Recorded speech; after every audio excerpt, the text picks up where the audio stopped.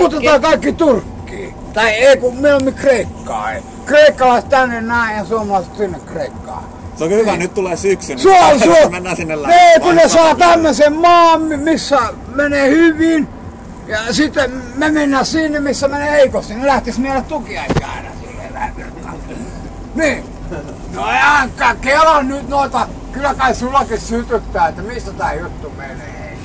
Niin, minkä takia Suomi siirtää jotain tehtaita esimerkiksi hieno paita. Kiinaa, hei. No mitä laittaa Joona tukkia? Niin, miksi ei voida siirtää niitä sen... Ei, mä tekin tämmösen vaihtoehdon, niinku Kreikan kanssa vaihtoehdon. Ne saa tänne päin. Minkälainen kauppa?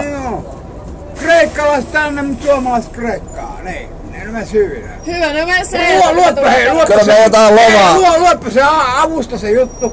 Niin se yksi muija. Otetaan lomaa aina se tarvitsisi. Kreikassa lukee rahan rasismi. Ja mua naurattaa toinen sana rasismi. Hei, minkä takia se on tullut Suomeen? Arvo minkä takia?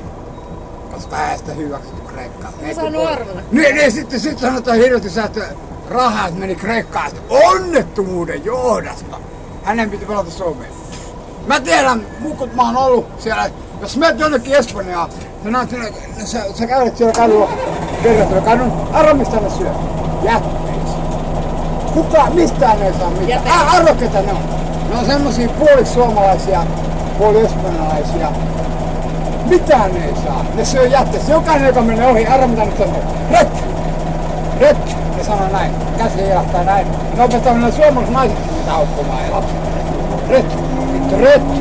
Niin on. Siellä. Ne, jotka jäänyt sinne, puoli suomalaiset.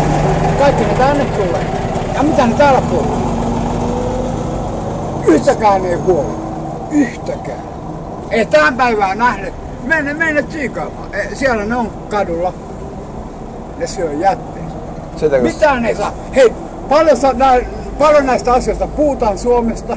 Paljon näistä kirjoitetaan. Ei saa kirjoittaa. Se on yllättävästä kansanryhmää. Niin. Se on tosiasia. Monta ne on huolinut siitä? Kysy multa. Kysy. Realistinen totuus.